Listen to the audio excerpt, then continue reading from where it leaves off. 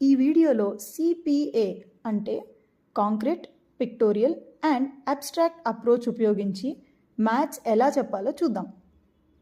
అందరు పిల్లలు ఒకే విధంగా నేర్చుకోలేరు.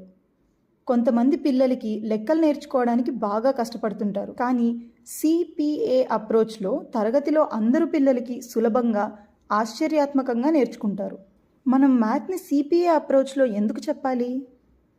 సిపిఏ ద్వారా మ్యాథ్ కాన్సెప్ట్స్ పిల్లలకి సులభంగా అర్థమవుతాయి. పిల్లలు లెక్కలు ఇష్టంగా నేర్చుకుంటారు. పిల్లల్లో ఆత్మవిశ్వాసం, ప్రాబ్లమ్ సాల్వింగ్ దృక్పథాన్ని పెంపొందించవచ్చు. వివిధ లెర్నింగ్ స్టైల్స్ గల పిల్లలు అందరికీ లెక్కలు నేర్పించవచ్చు. ఈ అప్రోచ్ ద్వారా ఉన్నత స్థాయి మ్యాథ్కు గట్టి పునాది ఏర్పడుతుంది. ఈ స్టేజ్లో పిల్లలు వస్తువులను వాడి కాన్సెప్ట్ను పరిచయం చేసుకుంటారు. ఉదాహరణకు కూడికలు నేర్పిస్తున్నప్పుడు 3+2ను చాక్లెట్స్తో నేర్పించవచ్చు. 3, 2 చాక్లెట్లను పెట్టి మొత్తం ఎన్ని ఉన్నాయి అని పిల్లలను అడగాలి. వస్తువులను వాడి నేర్చుకుంటున్నప్పుడు పిల్లలకి ఏ అంశమైనా సులభంగా అర్థమవుతుంది.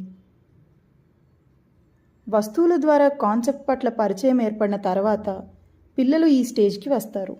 ఇక్కడ బొమ్మలు డ్రాయింగ్ ద్వారా అదే కాన్సెప్ట్ను సాధన చేస్తారు. కూడికలు వస్తువులతో నేర్చుకున్న తర్వాత బొమ్మలను లెక్క పెడతారు. పిల్లలు 3 మ్యాంగోస్, 2 మ్యాంగోస్ బొమ్మలను లెక్కపెట్టి సాధన చేస్తుంటారు. కొంచెం పెద్ద పిల్లలకి బ్లాక్స్ లేదా ఫ్రేమ్స్ వాడచ్చు. గణిత అంశాలను వస్తువులతో నేర్చుకుని ఊహించుకోవడంకు వెళ్ళడానికి ఈ స్టేజ్ వంతెనలాగా సహాయపడుతుంది.